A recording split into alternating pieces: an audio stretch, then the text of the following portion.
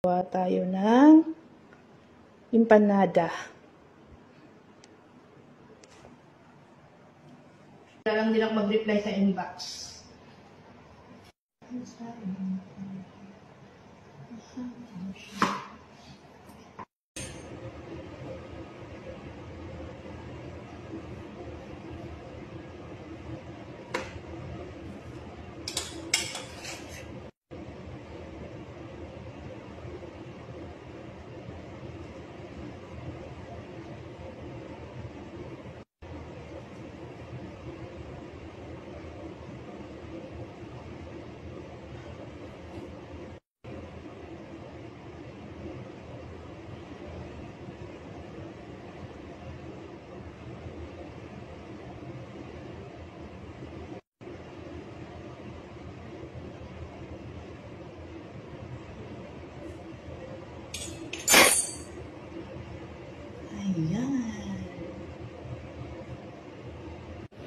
So, ito na po yung ating lunchy, ang ating tanghalian.